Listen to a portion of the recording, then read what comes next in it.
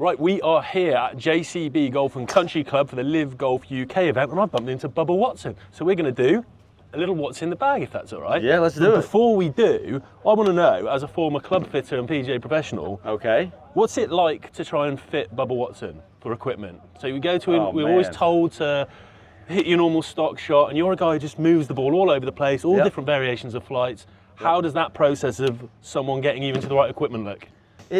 For me, I know right away. Like if you're building me a set of clubs, I know right away if I like it or I don't like it. And the grips are really the hard part, right? Because you're putting all the tape on there. We're going to get to your grips. Yeah, so okay, so I'm not allowed to talk about that yet? Yeah, go away, start away, But the grips is really the hard part. The clubs, the equipment, I trust the equipment, I trust the company. I know what they're making is better for all golfers, not just me. And so once you get it custom fit, that's when you're ready to play golf.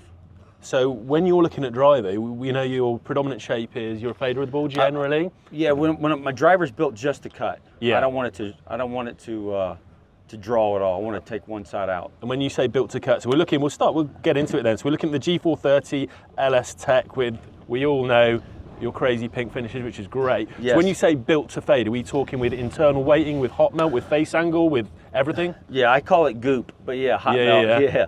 And so the hot melt, and then the shaft is stiffer, tipped 1 inch or so, and then the grip is set open a little bit so that everything makes it feel like a cut. It's all fade bias, yeah. And so I have the reminder in there, and you can see that see how it's a little. You just told me set open a little bit. A little bit. That looks about 25 degrees open to me. Well, that's just a little bit. That's a lot. Just wait till you get to the irons and the lob wedge. The lob wedge is way more. I'm looking forward to seeing that. So we've got hazardous RDX, smoke, TX, 60 grams, and tipped 1 inch. Interesting. So into 3-wood. So it's basically so that I want to be able to under pressure just move it one way And just know that's going to happen. And most guys they want to move it different directions, but under pressure you got to have that go-to shot, and so that's why.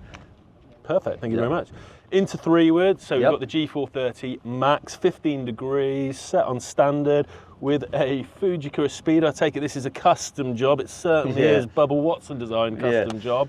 Yep. Talk to me about this. Is this more of a tee club for you, fairway, or it has to be versatile? It has to be versatile, but this one is, I want to move it all the different directions from the fairway, but also from the tee. So this one has a round grip on it, so that I can grip it different directions, so that I can move it one way or the other. That's really interesting. So you go reminder is it the rest of the set or just driver reminder? All the clubs except the 3-wood. Just round in the 3-wood. So if I want to hit a low one, high one, slice it, hook it, I can hit all the shots with it, so that's why I wanted a round grip in there. That's the geeky stuff our audience want to know about, those little nuggets there. That's really cool. Into the irons with 3-2 pitching wedge in the Blueprint S. How did you end up there? Because Ping have got so many great irons this year in particular. We've been talking about a lot on our podcast. What a great job Ping have done with their iron lineup this year. How did you end up in Blueprint S?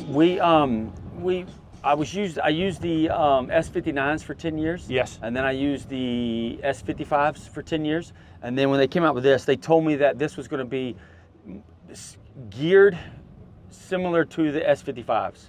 And so when they said that, then I was interested. And so, they show me a lot of the stuff that they're drawing up. I've been blessed enough to be able to be in there with the engineers to see what they're doing and be a part of it. And so they explained to me what they were trying to do and accomplish. And I love it. And so it feels just like the S55s to me. Obviously the weighting's different, all the movement of the weight is different, but it gave me the feel that I was looking for in the clubs that I was already playing, and I felt like I hit it more, my pattern got tighter, which we're all trying to do, right? Great. Yeah. And the two things that really stand out visually for me here, so we've got the cool Bubba laser etched logo in the back. That looks really cool.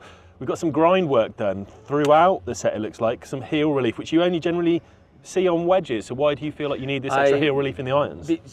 So with the irons, I'm trying to hit, they're building irons to go straighter, right? Yeah. Every company's trying to go straighter for the average golfer. But for me, I wanted to move all different directions. So I did the heel relief so that it digs through the ground the way I want it to for certain shots or for all the shots. So that's just a turf interaction thing. You just want it's just for so I can leave the face open for cuts, or I can turn it over for the draws, and so that the hitting the ground, it just makes it easier to move it through the ground. Perfect. And then into the wedges, we've got kind of we've got the Range Goats logo, which looks really, really cool, but we've got some older wedges here. So we've got the Glide 2.0 in 52, 56, and 60. We'll talk about those grinds in a moment. Why still in the Glide 2.0? Just a feel thing, a familiarity thing? So when they started doing the bottom groove on the new wedges, and it doesn't go all the way across. Yes. And so now when they make mine, they go all the way across. But I keep going back to these because of the turf interaction and the way I can shape it and do all the shots.